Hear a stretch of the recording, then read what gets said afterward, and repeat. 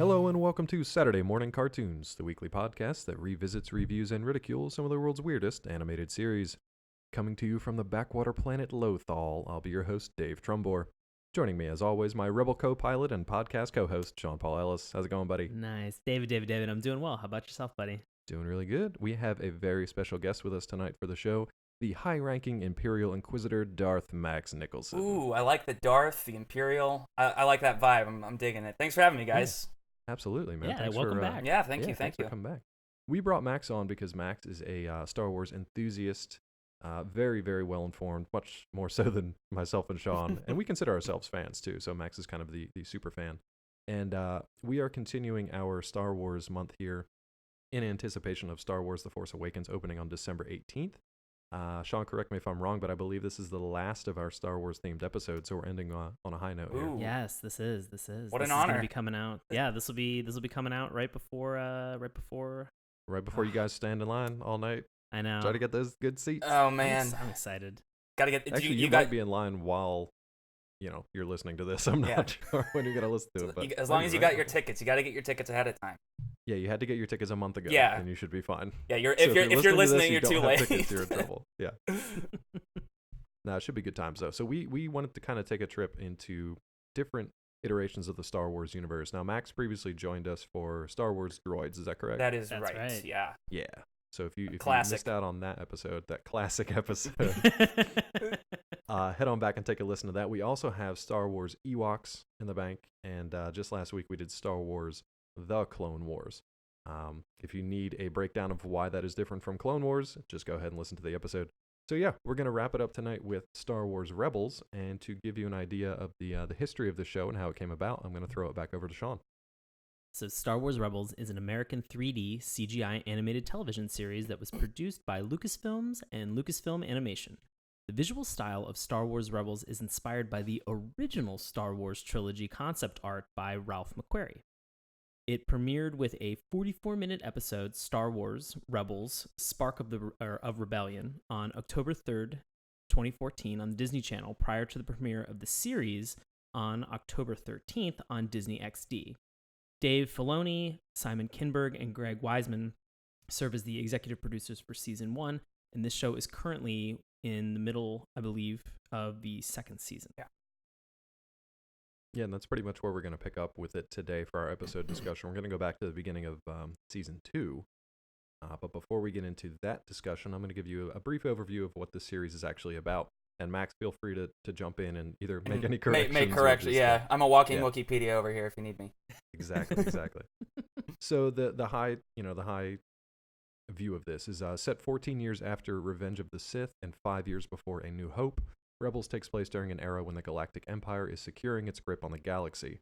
Imperial forces are hunting down the last of the Jedi Knights while a fledgling rebellion against the Empire is taking form. This motley group of rebels, all of whom have been affected by the Galactic Empire in one form or another, band together aboard a freighter starship called the Ghost. Their small 6-person rebel cell conducts operations against the Imperial garrison on and around the backwater planet Lothal as a microcosm of how the rebellion against the Empire is playing out at the local level. So it sounds to me like we're taking this really high-level view of a rebellion from the Empire against the Empire, but we're focusing it down into this kind of 6-man crew, and it's all kind of focused around this one planet. Is that about right? Right. For that first season, it's almost all on Lothal for that first season, and now in Season 2, they're kind of expanding it and going to different planets and systems and things like that. But they are notably leaving out, big players like Luke, Han, Chewie. Right.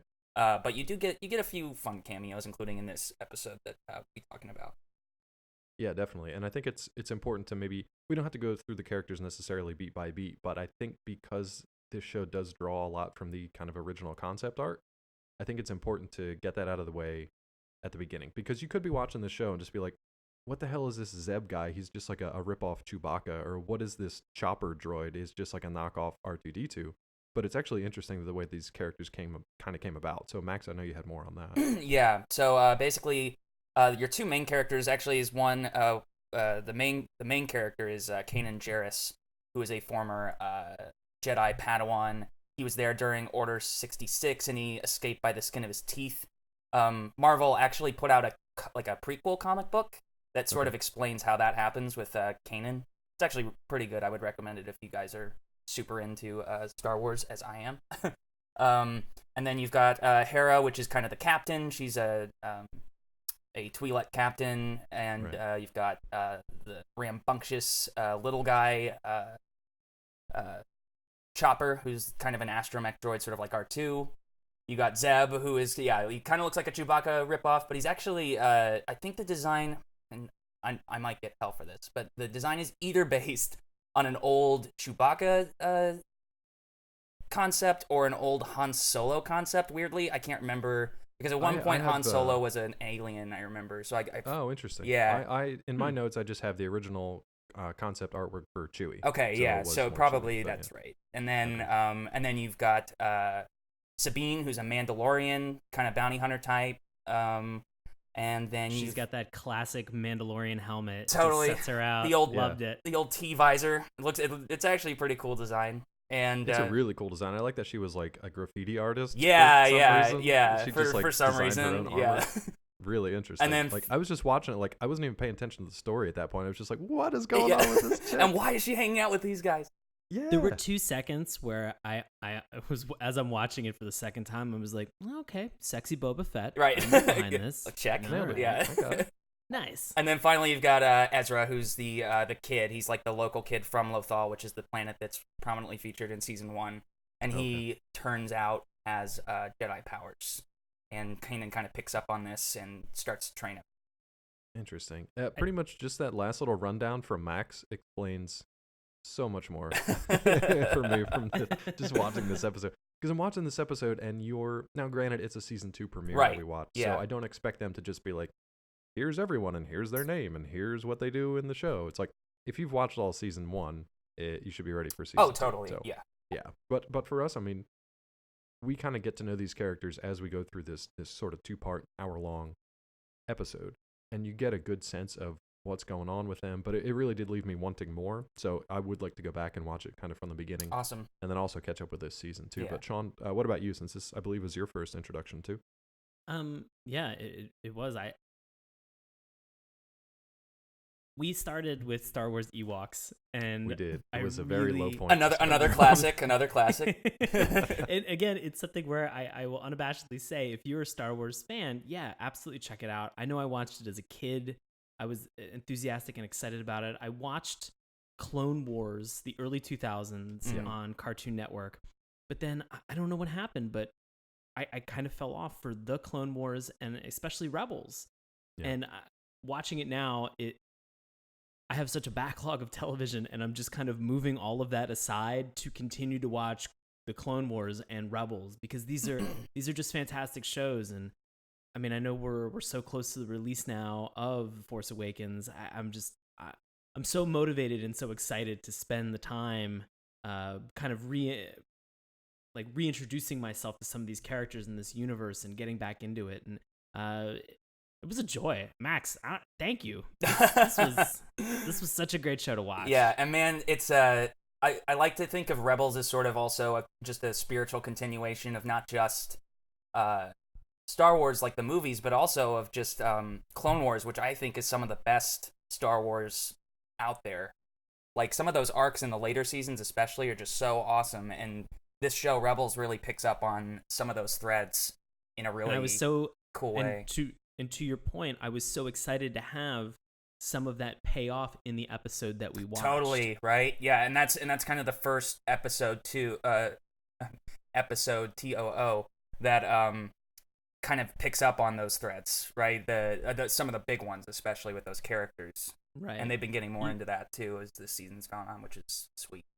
Now, when we watched the Clone Wars last week, we had a character that was very prominent in that episode that now comes towards the second part of the episode that we watched tonight. And so, of course, speaking of Ahsoka Tano, right. And so it is great to kind of, as we last left with the 4-parter towards the end of the Clone Wars, we see her leaving, the Jedi Order after it's offered back to her, and she's just kind of like, nope. Thank you guys. Thanks for not believing in me. Right. I appreciate the invite back, but I'm going to go do my own thing. And so it's interesting to see that I'm assuming that's how she escaped Order 66. Yeah. And continued in the path, and it's great to kind of see her leading and working with some of these rebels. So that was awesome. Yeah. It's a very cool, like, where has she been? Because there were a few, or like a year or so, where we're like, are we ever going to see that character again? Right. And it's so cool that she's kind of coming up in the ranks in this show, which is, yeah, exactly. It's awesome. Max, do you know kind of roughly what the time is? I know this was 14 years after Revenge of the Sith. Yeah. And then, do you know about roughly how long this would take place after, the end of the Clone Wars? Of the Clone Wars, well, I guess because this would be a little more than 14. Yeah, just slightly, because I guess the Clone Wars officially end during Episode 3, right? Like once they kill Grievous and Count Dooku, I think that's kind of like, all right, that's the end of it. And then the Emperor kind of swoops in and is like, "We are an empire." Yeah. Right. So it's thanks a lot, Jar. Yeah, exactly. Yeah. I feel like that could be a whole other podcast, but yeah. But anyway, yeah, I think roughly 14, 15 years, and there's actually an episode in Rebels where Ezra reveals that he was born that day. He's so actually born on the day of the Empire. Yeah, so about whatever age he is about how long it's. Okay, that makes sense. Yeah, just trying to give the viewers and also myself a little bit Sure, of yeah, 14, 15 years. Yeah. Okay. So Ahsoka's been kind of like off on her own for quite some time. Totally, yeah. Yeah. Which makes sense that I was actually surprised because I thought this was going to pick up with her as more of a main character. And I don't know if she's more of a main character in season 1 or if it really just focuses on this crew of the Ghost. And Ahsoka just kind of comes in randomly. Yeah, she comes in.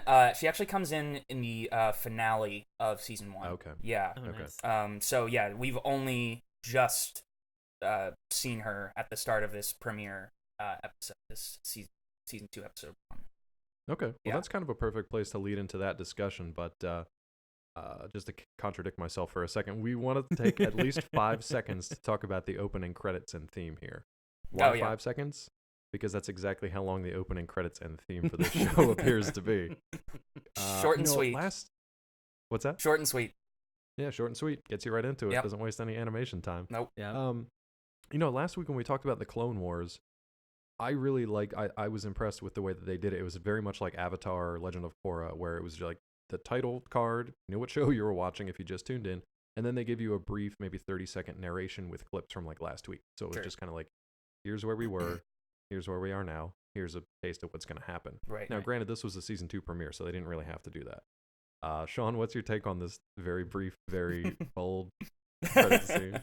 Over the past 3 weeks, I'd have to say this is my second favorite intro. It Well, definitely good. beats Out out of the Ewoks. three? Yeah. Definitely beats out Ewoks. It was short and sweet, and it hit that note, with something that sounded familiar. I don't know if this was John Williams' music or not. I think it's actually Kevin Kiner who does the score. Yeah. Okay.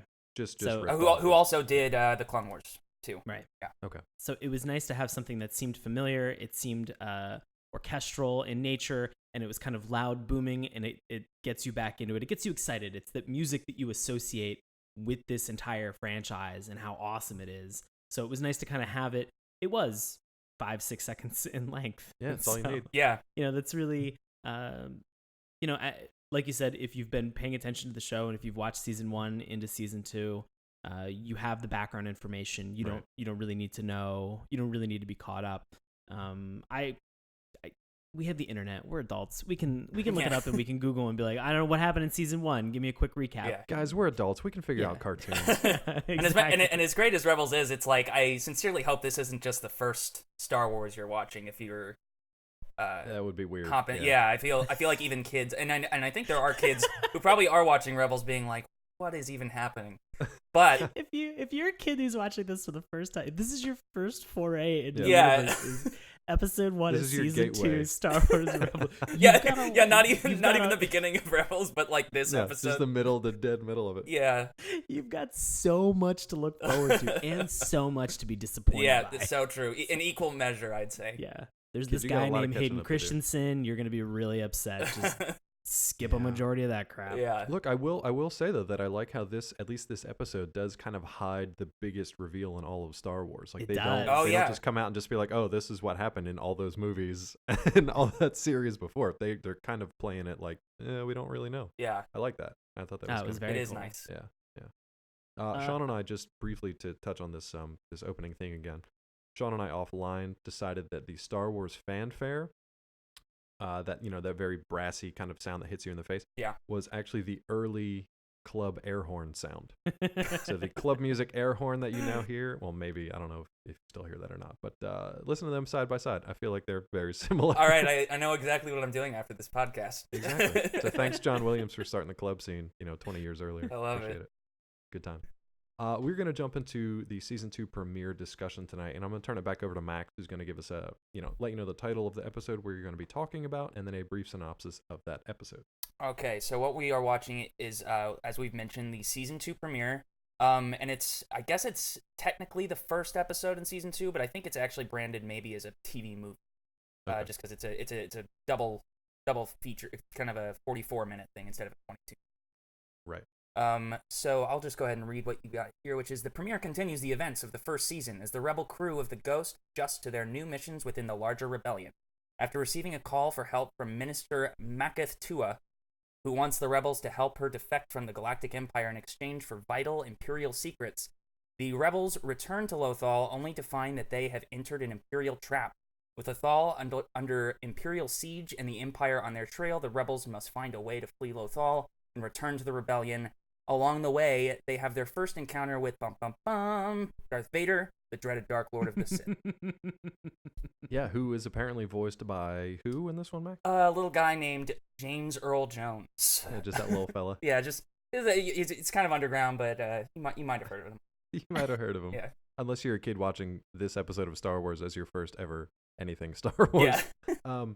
This, sadly for me, like you can watch these episodes on Disney XD or through their app or a variety of things. Mm-hmm. Or you can be like me and kind of try to find it on YouTube where everybody sounds like a chipmunk. And like the footage is like reversed and like zoomed in and cropped. It's got like weird watermarks and everybody's got different colored hair. Yeah. And it's very odd. So this was not my best attempt at watching this show, unfortunately, but I got the gist. Good. Well, we had 3 notable voice actors Okay. that were on this. We had James Earl Jones as Yep. Vader. The main We guy. have man. we have a very special, which the moment they said or kind of led up to the idea of smuggling themselves off Lothal. Yes. They're like, yeah, we know a guy who can do that. Yeah. I'm thinking to myself, please let it be this guy. Please let it be this guy. Didn't let me down. Billy D. Williams comes in as Oh, Lando. yeah. And Cool I was as so the other side of excited. the pillow. Yeah. Which and then one of the biggest surprises that once I learned who this was, I couldn't stop seeing him over the face of the character was Freddie Prinze Jr. Oh I yeah. was waiting for it. I was waiting for Freddie Prinze. It's just Yeah. Freddie, notable actor and somebody that I always associate with Star Wars, Freddie Prinze Jr. Freddie Old Prinze Prinze Jr. FPJ. Gotta love him. FPJ. Now, let me throw in here that I thought that was pretty interesting. David Oyelowo, I think that's how you say his Yeah. name. Oyelowo. I'm terrible. David, if you're listening, I apologize. He actually stars as another one of the sort of Imperial agents as well, which is surprising. The fact that D. Bradley Right. Baker is in here is not surprising. The guy's in Mhm. everything. Right. Yeah. And then the fact that we actually had Kath Soucie as Minister Tua. Mm-hmm. She was known for, doing Rugrats and then a ton of other cartoons through the 90s and 2000s as well. So we do have a fair number of... And Steve Bloom as well, of Steve Cowboy Bloom. Bebop. Yes. Exactly. Yeah, he's Exactly. awesome. He pretty much, also just a FYI, he plays pretty much every single stormtrooper you hear in that show too. Oh, does he? He does. He does a really good stormtrooper. Oh, and I got to do a shout out for Sam Witwer, yeah. fellow Twitch player as well, fairly recent to the game, but he stars as Emperor Palpatine or Darth Sidious. He does a really So good he's- one too. Yeah, he does Yeah. good. I think he's done the video game. He did. characters as well, and- The Force Unleashed is the one that I remember distinctly, Yeah. and then he did Darth Maul in the Clone Wars as well. Yeah, so Hmm. he's been around for a while there too. So it's Yeah. kind of cool. You can, if you catch him at a fan convention, someone will invariably ask him to do a Sidious Palpatine impression. Yeah. So check that out. But as for this actual episode now, like we mentioned multiple times, we are at the season 2 premiere. So, Max, if you can kind of just give us a brief, man, this is tough, but a brief summation of kind of the events of season 1 and what got us to season 2 premiere and what the hell's going on. Sure. Because for me and Sean, we're just like, what the hell's happening? And remember, Max, the caveat that we asked you is to do it in the span of time that the intro took. So you have 5-6 seconds. Nailed it. Perfect. Got it. Thank you. That was like 1.5 seconds. Yeah. That was Yeah, really I think we can move on. Fair enough. Everybody caught up? Good. Yeah. Let's go. Okay. So basically, you kind of get the gist already, but it's this group of like 6 people, 6 kind of and so I guess I should preface at this point the rebellion as we know it, the Rebel Alliance has not yet formed. Right. So it's kind of in its nascency. There are like rebel cells kind of scattered across the galaxy. But we've got sort of this resistance building in Lothal made up of just like these 6 guys who are trying to do some good in the galaxy, under the Empire's nose, basically. So the Empire has invaded Lothal, which is basically the main planet for most of season 1. And these guys kind of go off on these wacky adventures. Meanwhile, Kanan is training Ezra to be a Jedi, so there's a bit of the Force mystique in there. And then, meanwhile, you've got this guy named, I'm blanking on his name, the Inquisitor. Right. Who is kind of this pseudo-Sith. He's got like a lightsaber, a double-bladed lightsaber. And he's actually voiced by Jason Isaac from Harry Potter. Oh, nice. Yeah, he's really good too. So he's kind of like the main pursuer of these guys, and he's trying to kind of hunt down. In the premiere of that show, you kind of figure out that the Empire is just now finding out about these 2 Jedi, and they're kind of top. That's what sort of puts them on their radar, and that's why they're sort of top priority for the Empire, because they're like, oh, these rebels have 2 Jedi. It's like, that's kind of a big deal. We need to get rid of them post haste. Yeah. So over the course of that show, they bring in the Inquisitor, and then eventually they actually bring in Grand Moff Tarkin from A New Hope. And then you've got Agent Callus, the David Oyelowo character, and all 3 of these guys are kind of after them throughout the show. And then towards the end of that season, Kanan Jarrus actually gets kidnapped by the Inquisitor, and there's a big rescue mission. And the only way to save him is they reach out to these kind of in the shadows rebel cells led by Bail. Kind of fringe led by Bail Organa, which is the key part of that. Okay. Yeah. Oh. So you actually have Bail Organa is kind of getting stuff started up in Alderaan at this point, kind of unbeknownst to the Ghost crew. They're sort of doing their own thing, and but Hera kind of knows about these mystery cells, and so they get in contact with Bail, and as it happens, the other people, or one of the people that is also on Bail's side, is actually Ahsoka Tano. So that's where she kind of comes into it near the end. They have this big rescue mission, which is actually on Mustafar, which is in episode 3. Right. Yeah. So they pick up old Kanan Jarrus, and then that kind of leads in. So at the start of the premiere, it's gotten to a point where like clearly these 3 guys, and also I should mention spoilers that the Inquisitor dies in season 1. Yeah, he bites the big one. So now they're like, all right, we've had enough of these guys. We're bringing in the big guns. We need Vader. Well, Max, I have to ask: does he bite the bullet in the same way that we have other Sith from, say, Phantom Menace? Bite the bullet and then end up coming back. Yeah, that's it, right, and that's a good question. But with Darth Maul. Yeah. Okay. But they actually do bring they make it pretty definitive because he falls into a giant explosion. I mean, you say that, but I also watched Darth Maul cut in half and fall through like a God knows how long vent. And now correct me if I'm wrong, Max. Darth Maul falls into this vent, this tube, ends up in like a trash area, calls his brother. His brother picks him up and then builds him 6 legs that go. He attaches his torso. Well, he's made the 6 legs already.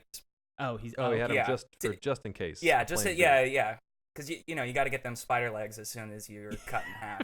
I mean, Sean's joking. I've got his backup spider legs sitting in my garage right now. Oh, do you, buddy? Thanks. Yeah, I mean, just in case. You told me like 10 years ago this was your contingency plan. It's probably gonna happen to me sooner or later. So, well, they're in the garage. Hey, it works apparently. Yeah.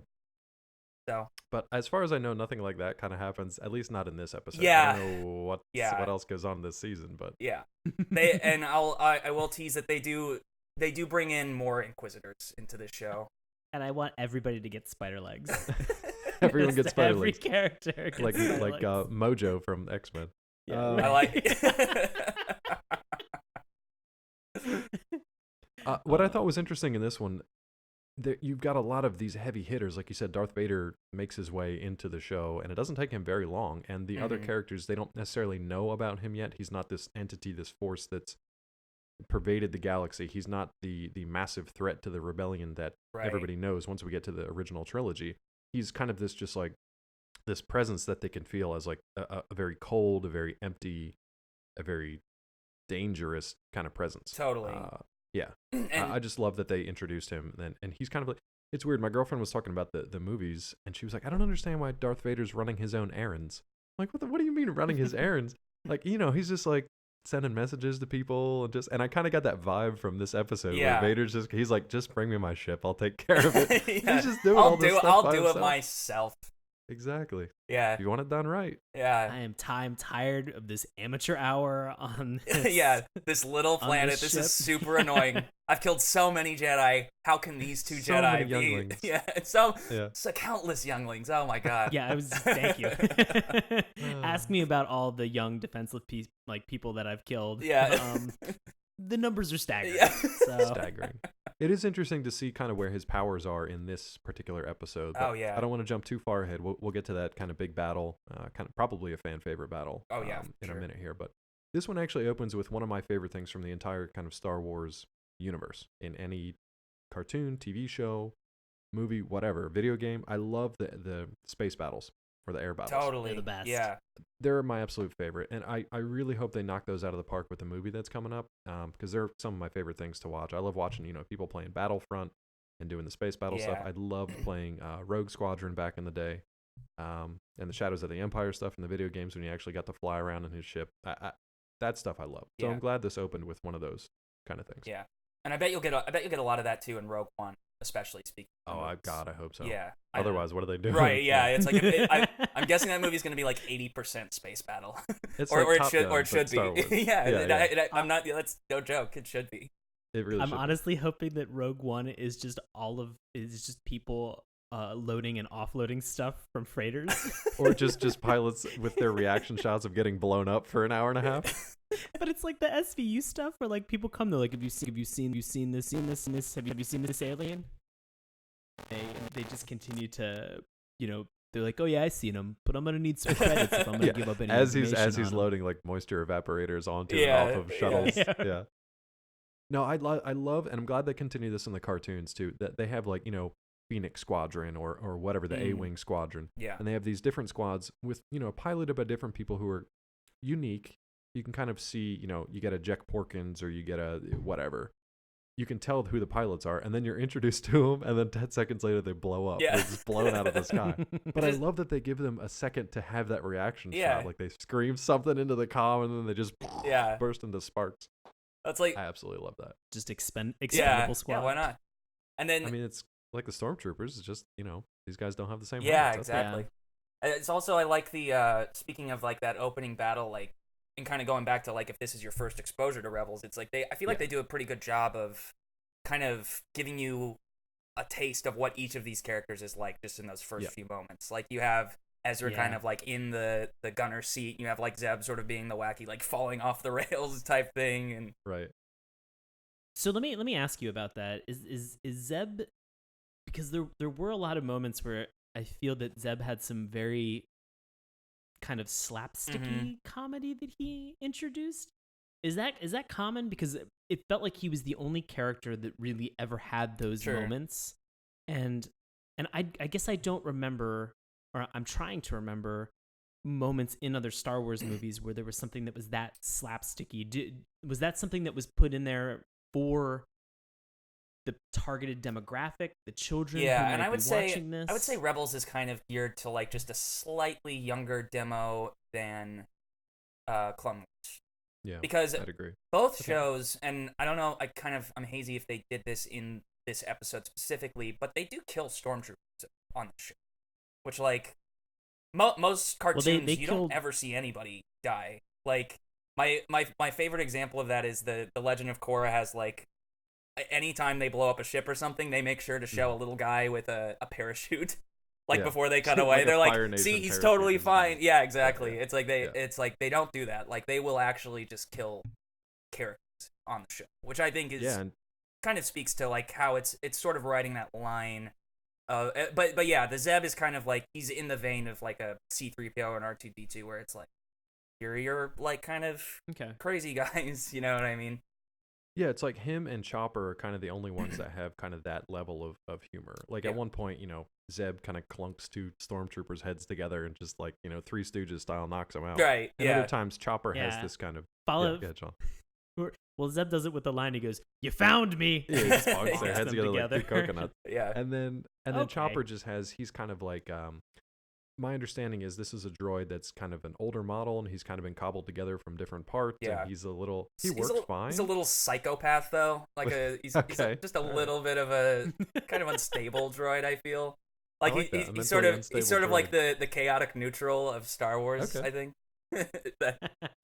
I like that, but those are kind of like everybody else has their humorous moments. Now this is jumping ahead a little bit to our user review that we're going to read at the end of tonight's episode. It's a good one, guys, so you got to stick around for that. But they actually compare this show as Firefly meets Star Wars, right? Which Max, you said that's actually an apt comparison. I think that's really good. Obviously, I don't think it's quite as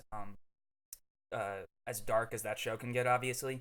Yeah. But the dynamic and the feel, like sort of like we're like a dysfunctional family living on a ship. I think that's kind of an apt way of putting that show. Yeah, and that I think to both of you mentioned this earlier, that even if this is the first time you're watching this, from the opening sequence, you do get that feeling of like these people have all lived on this ship together for a while. They've all got their individual personalities that, for better or worse, but they all function together to do whatever they need to do. And in this case, I think they're actually liberating some like fuel packages from the Empire and bringing them back to the rebellion. Yeah.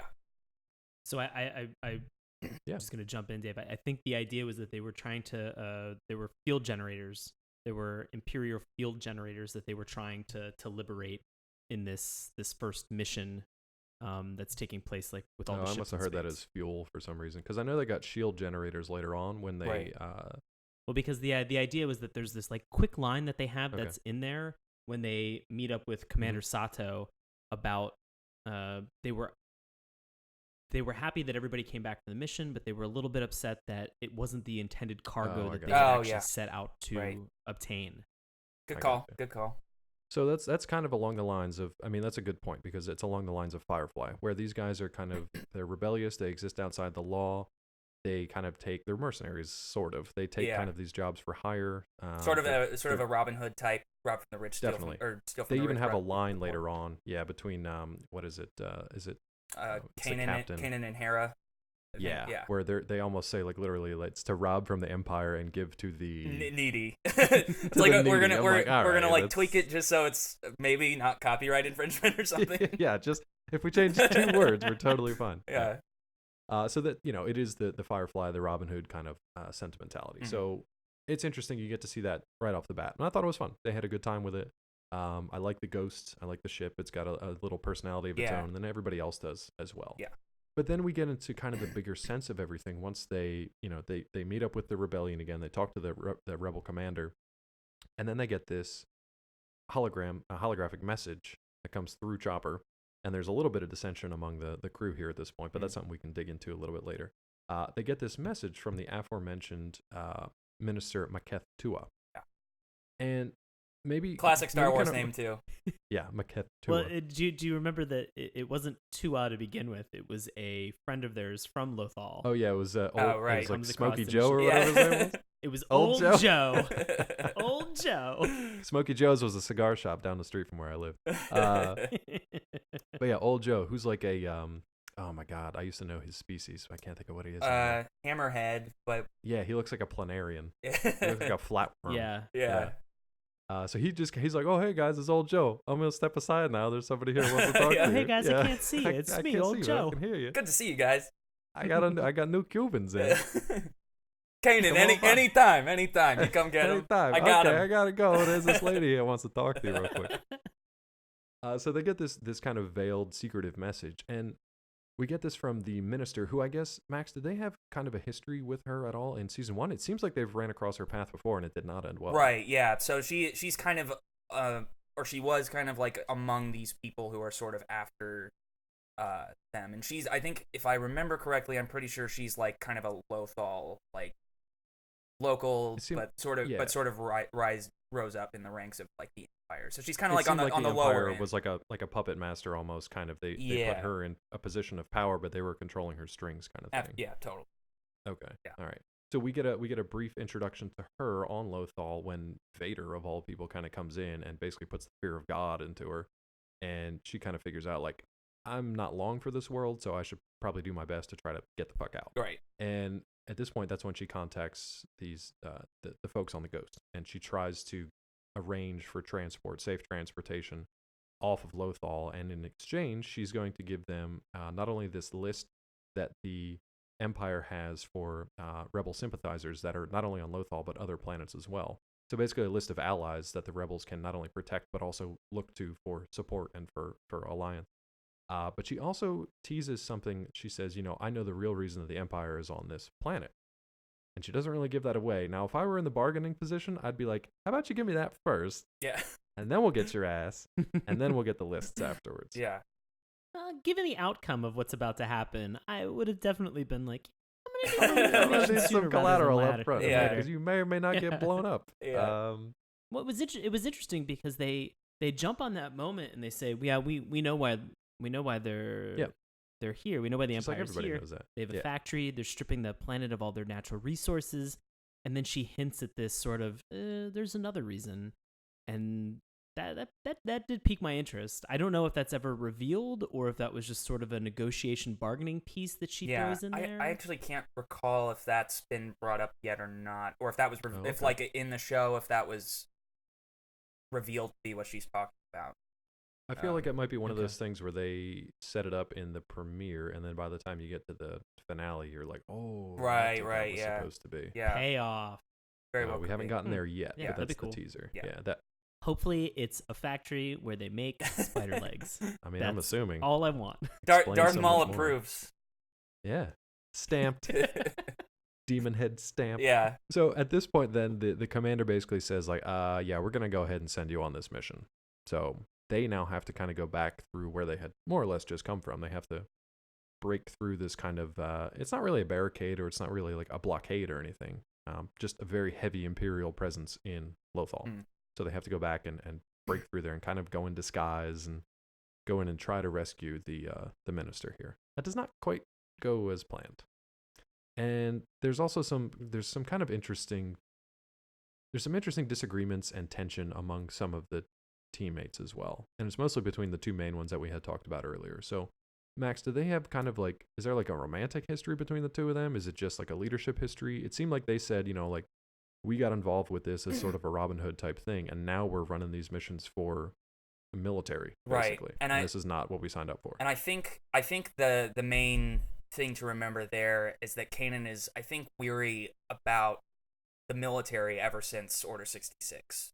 Right. And so that's kind of followed up later when they, I won't spoil it, but they do bring in a couple more Clone Wars characters, and you're illuminated a bit on why Kanan is so hesitant to that's kind of like immediately like re-enlist, so to speak. Ooh, yeah. Listening. So it's Sean's already sold. Yeah, so it's cool. And I think that's sort of I think that's sort of the main kind of discord there between Hera and Kanan. Kanan is just a little weary after his clone boys sort of turned on him back in the day. Exactly. And I think that there's some bad blood. I gotcha. But so even with that sort of tension that's among the crew, they do work really well together as a operating unit. So they each seem to have kind of like their own specialties. Like Kanan is more or less the Han Solo of the group, but he just happens to have these force powers, and he's basically a Jedi too. Right. So it's kind of like if Han Solo was a Jedi. It's like best of both worlds. Yeah, right there. yeah, exactly. Because he kind of goes off on his own, and he just like takes out one of the troopers and just disguises himself as a trooper to kind of provide cover. Yeah, I mean, he went off to go make some He friends. went off to make some friends. And he did. He made a lot of good friends. A lot of timeless friendships. To last a Memories they'll lifetime. treasure forever. Didn't we attend the academy together? Yeah, I love that. What a terrible cadet though, or trooper or whatever, because he's just like, this dude comes out of nowhere, puts his hand on your shoulder, basically just snaps your neck, and you don't even lift the blaster. Doesn't look like him either. So why would he have ever attended Yeah. the academy? Some of the troopers aren't so sharp. Nah. They're like copies of copies. It's very much a multiplicity level Yeah. of Multiplicity. stormtroopers. Yes. This is the 4th level trooper. Yeah. They took the safety blade out of his razor. So they're crouched and they're in position and they're getting ready for Minister Tuha to appear. And the plan that they have is that they are going to grab her transport. So the second she gets on her transport, they are going to kidnap her in air quotes. Right. Exactly. And take off with her. And that does not go according to plan because she has an escort. And so she's being escorted with Callus. Yeah, Agent Callus. And so the second they get there, they have this moment where they're just like, uh-oh, like this isn't gonna work out according to plan. And I don't know what it is sometimes with certain shows that we've watched lately, but I guess maybe it kind of cropped up when we recapped on X-Men the animated series. But in terms of the team dynamic, sometimes there does not seem to be a lot of communication about the plans and when they're going into effect. It's like everybody has their own, like, I do this one thing really well, but communication is not my strong point. All right. So, I mean, we have everybody kind of jumping into plan. We have a Mandalorian all of a sudden grabbing 2 blasters and shooting a bunch of stormtroopers. She didn't have a jetpack, though. Am I correct? No, She yeah. did not. She just jumped around a lot, but she didn't have a jetpack. I was so disappointed in that. It's parkour only. Yeah, she's just parkour Mandalorian. We had Kanan traps Agent Callus, inside of this hangar bay area where Callus is at point blank and he cannot hit. Even that animation at that point was a little janky too. I thought he was gonna like poorly animate into a blaster shot because it was so wonky at that point. But yeah, I mean, you have the usual exchange if nobody can hit anybody else for shit. But I think it's answered by like the big reveal of this moment, which I want to give back over to Sean because he was trying to mention this a little while ago when we talked about how they do kill characters on screen. So right, and so we have that moment where they're all running towards that transport to get Minister Tua, and they're following the crew of the Ghost is following Tua. Tua gets inside and it just explodes to pieces. I did not see that coming. That was crazy. Yeah, I did not see that leaves coming. little to the imagination. I think. Right. I think it's like that's almost definitely dead. You're dead. Yeah, she's gone. She's in lots of pieces. Or definitely Or spider legs. for sure spider legs, maybe spider arms. For sure spider legs. Just all spider. Just spider with a Tua brain inside of it. Yeah. It's possible. Anything can happen. In Star Wars, anything can happen. Yeah, so for an intro to this show and seeing sort of the investment that they have in these characters and seeing that they are willing to take these characters out, it's difficult. I mean, you have to think about, the gap of time between Revenge of the Sith and A New Hope and all of the problems that the rebellion is having during that time. Both sides have lost countless numbers, presumably in like the hundreds of thousands, if not millions of people. Cities or states worth. Right? From destroying planets, getting rid of Alderaan 4 to like any place else that's in this universe. They are just murdering everybody. And it's one of those things that I guess I don't know what it is. When they're getting rid of a planet, I'm like, well, we didn't really see what that planet was like. But when they're getting rid of somebody that you've seen on screen and that you've had a little bit of investment with, you're like, why'd they? Yeah. Hope she comes back with spider legs. Oh man, I really hope that spider legs thing pans out. It'll pan out season 3. Hope that pans out. Season 3, they promise more yeah. spider legs, so I think we're fine.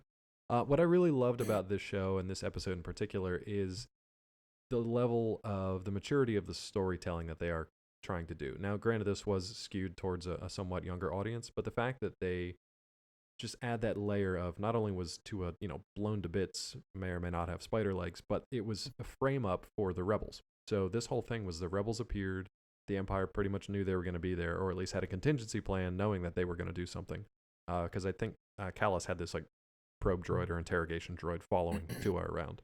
It looked like a little mini Death Star. Yeah, with like a little camera shutter thing though. Yeah. Yeah. It was like a really advanced GoPro. He's like, you just go and follow her find around, this. One thing I want to say about the death of Minister Tua is there is the composition of shots that they have for this are fantastic. Immediately following the explosion of that transport vehicle, there is this shot that they have that is the back of Darth Vader's helmet. Yeah. Looking down onto the transport as it's from like up on the control, still smoldering, and he just sort of does that very like abrupt turn as if to say like, I did it, killed her. Mission accomplished. I'm out. Like everything is going according to plan. Yeah. It looks so good. They do such a great job with putting all of these things together. It's so rewarding, and I guess maybe because they bring Vader, one of the most iconic characters from the Star Wars universe. There's a scene that they have that's later on when the crew of the Ghost encounters Darth Vader for the first time. That was such a long, wide shot, and you just see Vader standing in between these perfectly symmetrical, high towers of this base, and you see his silhouette, his outline. And then just that red lightsaber. And you hear that breathing apparatus too, kind of fade in before you even see him, and you're like, oh, this is happening. This is a great time to get into this actually, because more or less what happens then, as the rebel group is framed up for the murder of Tua, they actually try to escape in this shuttle and are shot down. And they're shot down within the city, so then now they have to kind of scramble and they have to hide and they have to evade the stormtroopers and eventually find their way back to another shuttle. Now, they do this in kind of a way that's sort of a Trojan horse kind of thing, where they smuggle the rest of their team in these kind of container crates as they dress like stormtroopers. There's a little bit of force, manipulation that kind of goes on here with Ezra the kid trying to do it and failing miserably, and then Kanan coming in and just being like, you don't need to check these crates. We have about one more line of Zeb trying to be sort of slapstick funny with his have you smelled me? And you're like, Zeb was in a crate and he was like, oh, I'm so glad to be out of there. Have you smelled me? It's like, okay, we get it. You're stinky. I do think he was in with the droid, so who cares? Yeah, I do think there's in that scene with Kanan and Ezra. I think this perfectly sums up their dynamic when he says the follow up is like, I wish I could do that, and he's like, I wish I could use that on you. And it's like that's right. That was pretty cool. Yeah, it's like oh yeah, that's actually just a perfect way to like kind of encapsulate their dynamic, where it's like I'm training you and I'm like, we're friends, but there's like just a little bit of like we butt heads sometimes.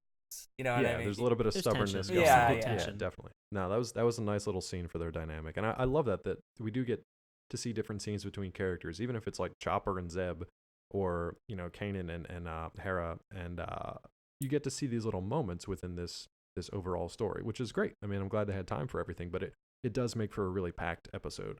So now we kind of get to this big fight, where Sean was just mentioning, where Vader basically shows up, and he shows up in a very impressive kind of way. Yeah. And the Force sensitive rebels, they kind of stop, like they're getting ready to get on the shuttle. They've got this new loot of these shield generators that they're going to bring to the Rebel Alliance, and they're ready to go, and they're very excited, and they're happy to be gone and like done with their mission. Even though they lost Tua, they're all still alive at least.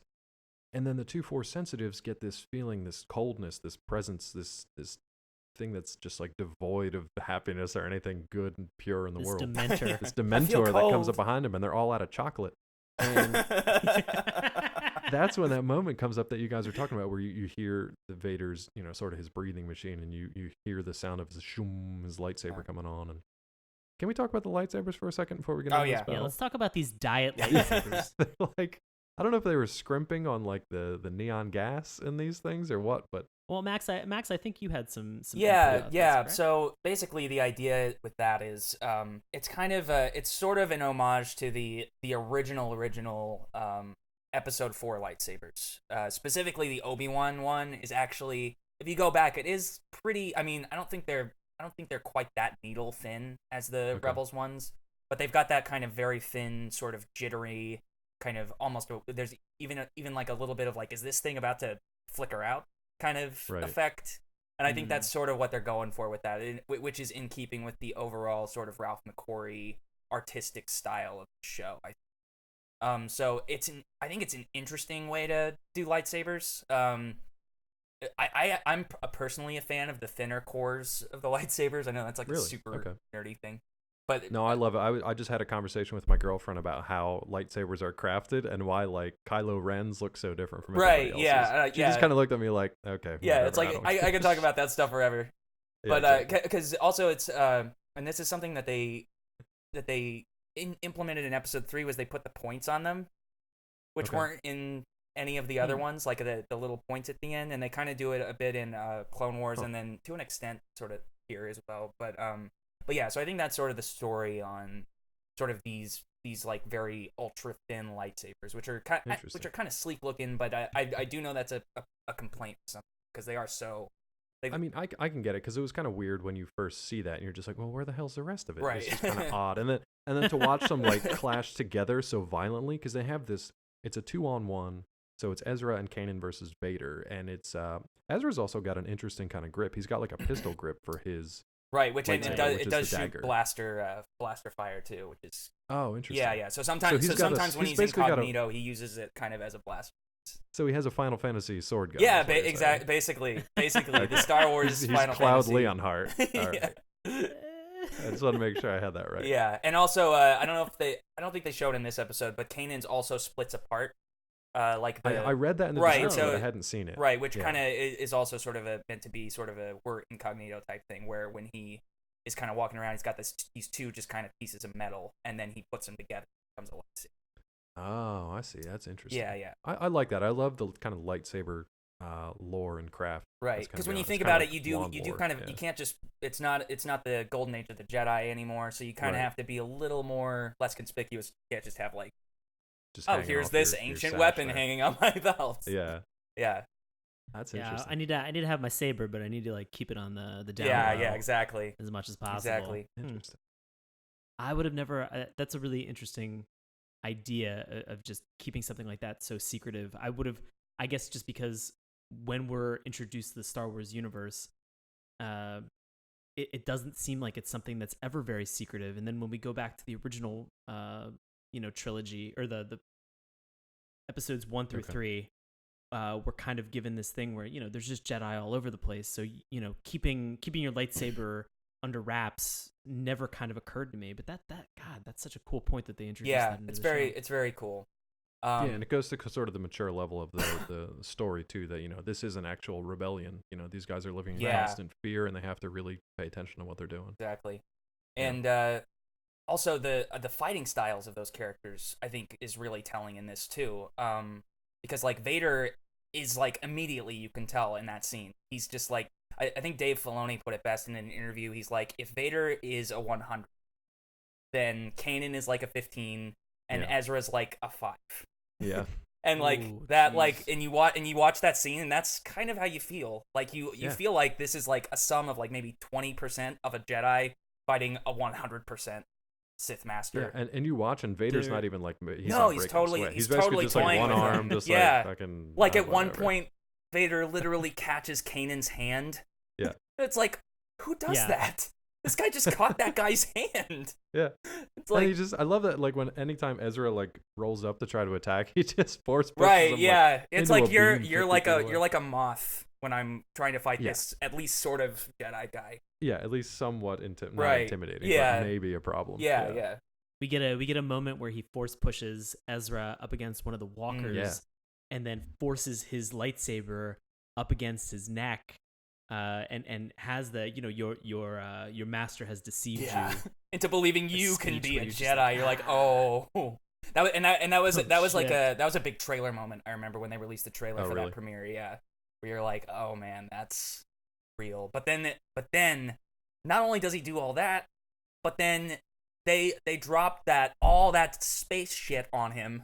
Oh, that was my favorite part. So Yeah. they use like 2 thermal detonators and they blow up 2 like AT-ST looking walkers Right. that are over Vader, and they collapse on him. Go ahead, Mac. Yeah, and then you see then they run away and they're like, all right, it's done, let's get out of here. But then you hear like this like bending metal like and you're like, no way. and they do the one of my favorite shots in that sequence is you just see Vader's glove rise into the frame as he's great. as you, and you're like, oh wow, that's like, okay, we know what we're dealing with now.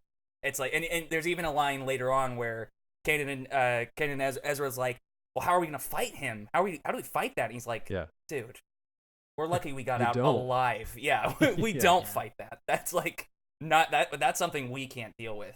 No, that was great. That was kind of a cool way to distinguish like the vast difference in power levels between these guys. Well, and I mean that just goes, and then that shows later in the movies. You're like, that makes you realize like just how, like, even though he appears sort of weak, it's like that's just how powerful Luke is. Like even fighting Vader, like even Luke can put up a fight. You know. Yeah, and that his villainy and his imposing stature has spread throughout the galaxy by this point. Right, because like there are probably stories like this that are getting passed throughout the Alliance that it's just like, don't fuck with this guy. Yeah, like this guy will wreck your Christmas. Like, you know? Exactly. Yeah. Unless you're Disney, he's gonna make your Christmas very, very right. Yeah. So that whole thing was interesting. I love the framing. Just to go back to what Sean was talking about with the framing shots. Max, when you said his hand kind of comes up and he just like force pushes the walkers off of him like it's no big deal, like he's just lifting like a piece of paper, and then they show him in like full frame, full on, just kind of his silhouette, which is very recognizable, and then he just lets the shit just crash behind him and it just like explodes, and that's a badass, and doesn't even flinch. No, it doesn't even flinch. That's pretty great. My favorite part of that, Dave, is the fact that he just throws it behind him. As sort of whoever's back there, it doesn't matter. Right, as if we were to casually throw like crumpled paper, like salt over your shoulder. Yeah. And I think that sort of shows in a part just his restraint. Yeah. Right. Yeah. Because he could have thrown that at the transport and just killed them he right could just away. Force choke both of them. You come to instantly, and you come to find out later on that the main reason that and I think this kind of segues because now we have the crew of the Ghost has now gotten off world. And the way that they do it is they contact that smuggler who you mentioned earlier in the episode. Right. So we get Billy D. Williams comes in with a Colt 45 and smuggles them out. always goes down cold. So they manage to get to that point where they get off world and they get back to the rest of the Alliance, and so they are there, and suddenly the transport ship that they were on actually sends out a beacon. Yeah, Chopper comes running out with a warning, like, I think we fucked up. Yeah. Like, guys, we've been hacked. Yeah.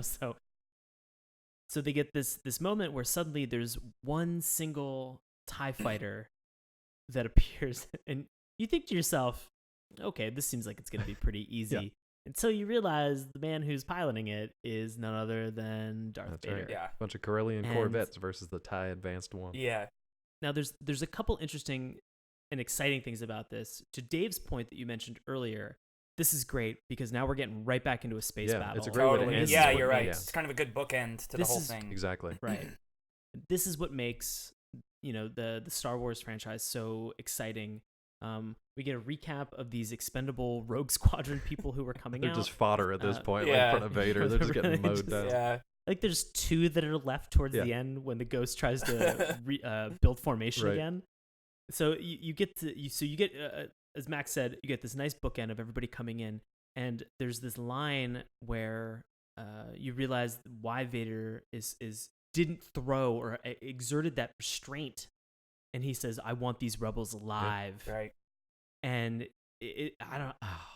you think to yourself, they're sending Inquisitors out to kill Jedi. Right. Yeah. And that's what Ezra and Kanan think this guy is. They don't know who he is yet. Yeah. They just know that he's super powerful, and he's probably more powerful than an Inquisitor. That he probably is a Sith Lord. And they just they have no context really for that whole character. And so we have a really exciting setup that happens here. Is that on the Ghost is Ahsoka Tano, who was the Padawan of Anakin Skywalker, and so we have her there, and they feel this presence, and they reach out, and Ahsoka passes out. It's basically like her and Kanan, they kind of combine to reach out to the pilot, and they know that something's up, and Ezra says like, man, it's that cold feeling again. Yeah, the hate, the anger, like the that whole credo. Yeah. And there's this shot of inside of Darth Vader's TIE fighter where his head just moves ever so slightly to acknowledge it, and you think, oh crap. Yeah. He knows Yeah. He knows that she's there. And he has that such good line too, where he just says, "The apprentice lives," like where he's just he's like, interesting. Like I'm not. Yeah. That's not gonna mess me up. Like in the sense that I figure out that my son is alive. But it's like totally fine with that. Right, yeah. but it's and he doesn't even say my apprentice lives. He says the apprentice lives. Like, oh, interesting. That'll be something I'll deal with eventually. Like it's, and that actually, that leads him into. I mean, that was kind of one of the major scenes I wanted to talk about with this episode, was when Ahsoka has that realization, and then it's just like so mind blowing. Now, granted, this is 15 years after she's kind of like left the Jedi Order, and he's become this thing that, is this evil force throughout the galaxy that is unrecognizable. Right, and unrecognizable. Like not just visually, but I mean, she had to just in behavior too. And she had to do kind of that like mind meld with him to find out what the hell has happened to him. And it's so shocking that she's just knocked out. Yeah, loses it. Yeah. Yeah. And then that's followed up by a really cool scene between Vader and an unseen person, but it's obviously Palpatine, Darth Sidious, where he basically says, Ahsoka's alive. She's with the rebels. I'm pretty sure. What should we do now? And this is when you learn that he wants them to kind of follow and track the rebels, because they're going to lead them to other Jedi. And if they can wipe out all the Jedi, especially Mr. Obi-Wan Kenobi, then their victory is pretty much secure. Right. Well, they have that moment where Vader says the line, Anakin Skywalker's Padawan is still alive, as if he's no longer. As if he's not even in the he's not in the room. Yeah, totally spoilers. No, I love it though, because it goes back to that thing where not only is it preserving kind of that spoiler if you are a kid and this is the first ever Star Wars anything you're watching, but it's also that. Sorry, kids. Yeah, sorry, kids. Why are you listening to this show after watching one episode of Star Wars Rebels? But it's also kind of that metaphorical kind of like transformation of him. Like, you are no longer Anakin Skywalker. We don't mention that name. I give you a new name, and it is Darth Vader. Right. From now on, you're Darth Vader. So if you need to talk about your past or anything related to it, you talk about it in the third person as this thing that Anakin Skywalker was. Which is so badass. What a cool way. Because I mean, Kenobi does it too. Really, Yeah, exactly. I mean, it really emphasizes the dark nature of the true nature of just how ingrained the dark side of the Force can become to somebody that he doesn't associate himself as Anakin Skywalker. And he knows he's Anakin Skywalker, but he's just like, I don't give a fuck. Yeah. I am Darth Vader now. I'm here to kill. And it's only Luke Skywalker who even thinks that that's even a remote possibility. Like even Yoda's like, well, now you got to destroy Vader. And Luke's like, there's still good in him. And it's like, I don't think so, dude. Like, you're going to have to go for the kill with this. He's like, I've been around a while. This guy's pretty bad. Yeah. And it's so cool how in Rebels, and really, you're right. It's in the movies too. It's so consistent. They always call him Anakin Skywalker as if he's not even there. Yeah, it's pretty cool. A nice tie-in for that. Yeah. I thought the thing that was really interesting, Dave, is that when Ahsoka comes to, and you have Kanan, you have Ezra, and the rest of the Ghost crew, they ask, do you know where this is from? Have you ever felt this before? And she goes, no. Yeah. Totally, I have and no then idea. she swivels around in her chair, and there's this moment where she just kind of looks down and away from the camera as if like, oh shit, I should probably tell them. Yeah. Like it can't be him, but it's definitely him though. So cool. She rented the other movies and she just confirmed that it was Yeah. So good. Do you guys have anything else from this episode before we jump into some user reviews and recommendations? Yeah, I just we want to say covered thanks pretty again well. for bringing this to our attention, Max. This is a great episode to dig into, so thank you for that. Oh yeah, absolutely. Love this episode. And thanks for bringing your wealth of information to the discussion as well. It really did help fill in a lot of the gaps. I And try. kind of put things in perspective. Yeah, I'm glad you know. At least we have a sense of the characters' names, which is good. Yeah, that's always good. And their fashion sense. I really would love to talk more about Sabine's fashion sense. Yeah. I feel like we talked about her enough, but for another day. Yeah. Sure. Before we get to our own reviews and recommendations, I'm going to give you one from IMDb. Can't wait. This is one from Sparrow's Poo from the United Kingdom. It is titled, "Don't Let the Haters Put You Off. They're Just Sad." So apparently there was a lot of hate for this cartoon when it came out because the animation was different, the voice acting was a little different, it wasn't quite up to snuff. People didn't think for the Clone Wars. But then I think as long as I gave it a little bit of time, it kind of worked itself out, and I think people are fans of it again now. Is that fair? Is that a fair summation? I would think so. Yeah. I think Okay. I think the worry was that it was sort of kid oriented, but I think it really is in line with, if you go back and watch A New Hope, I think it's very much in that thing. I mean, as a representative for this entire fandom, Max, you do. You want to go on record? You want to go on record? Yeah, with I this do. I do speak for the entire fandom at all times. These aren't Max these will aren't provide opinions. his social media contacts later if you would like to disagree with him.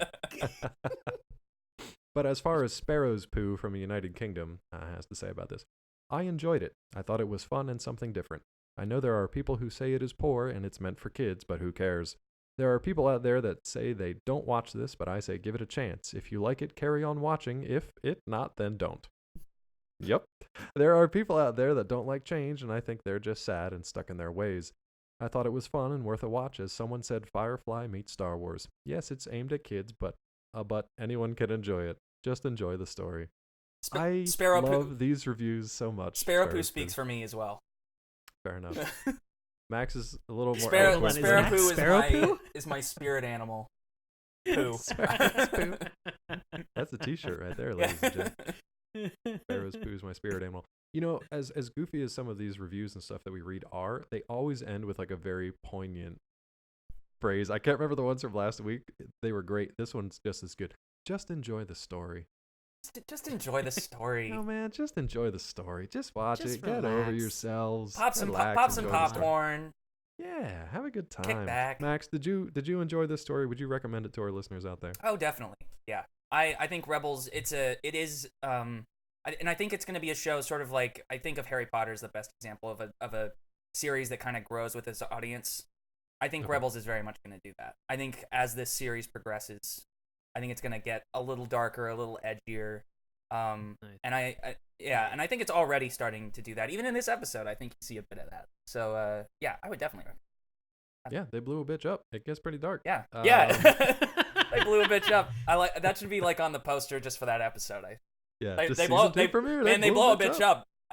I don't know. The siege of Lothal : blew Yeah. a bitch up. Blew a bitch up. And then you have to like get this like Spider what's legs. that little shrugging shoulders emoji? Like that has to kind of be in there too.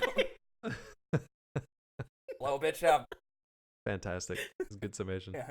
Sean, I know how about nobody you, can buddy? see this, but we all did it at the same time. You can see it on Twitch. We all look like we have some sort of like spinal problem now. Sean, how about you? Do you enjoy this, and would you recommend it to our listeners out there? Yeah, absolutely. This was great. I'm looking forward to watching some more of this later. Yeah, I think Sean and I are actually going to go back and just kind of we're going to catch up with the Clone Wars, and then we're going to dig into Rebels once we get a chance. But Clone Wars is essential. yeah, You kinda gotta, have to do that and I first. would recommend that too. I would watch Yeah. Clone Wars first, and then dig it. You got it. Okay. You heard it from Great. Max. Yeah. We're going to throw it right back over to him because he was our special guest and contributor tonight, and High Imperial Sith Darth Inquisitor Max Nicholson. I like all that. Yeah, all that on a business card. Yeah. Max, would you like to let the folks out there know what you're up to and where they can find you on social media? Yes, thank you. I am on Twitter. I'm on the Twitters at Max_Nicholson. I'm also a writer at IGN, MTV, and now Collider, actually. Fantastic. Yeah, and you can catch me there. I write about Star Wars a lot on all of those. And I think what I got going right now, I do TV reviews for IGN mostly on a basis. Yeah. Yeah, and about Max actually, we had links up to it last week though too. Max had a great article right up for Collider where he basically walked viewers through the how to watch Star Wars in canon if you kind of want to get caught up on everything. He has a great rundown of like what is considered canon by Disney Lucasfilm, what you need to watch to get ready for Star Wars Force Awakens, and just recommendations along the way. So he did a great job putting that together, and we'll provide another link up to that this week, as well as his contact information and social media stuff and home address and list of fears and all that good stuff. Yeah, and I still need to email you the list of fears, but I'll get that to you. Appreciate that. Thanks, buddy. Thank you. Sean, how about you, man? What's going on with you the end of this year here? Oh boy, getting close to the end. That's right. The end, just at the relax. year, right? What? Just the end of the year, right? You scared me for a minute. No, just the ultimate end. Just the end. Got to get through that Clone Wars fast, man. That's right. It's a matter of time. Got to prioritize. We're getting to the end of the year. I've got a couple more shows with Washington Improv Theater's Seasonal Disorder run. You can check out some of those shows. They're all available on witdc.org. Come and check them out. A lot of fun. I think when this drops, I have a Saturday and a Sunday show on the 19th and the 20th. So if you are not still out watching Star Wars, come and hang out.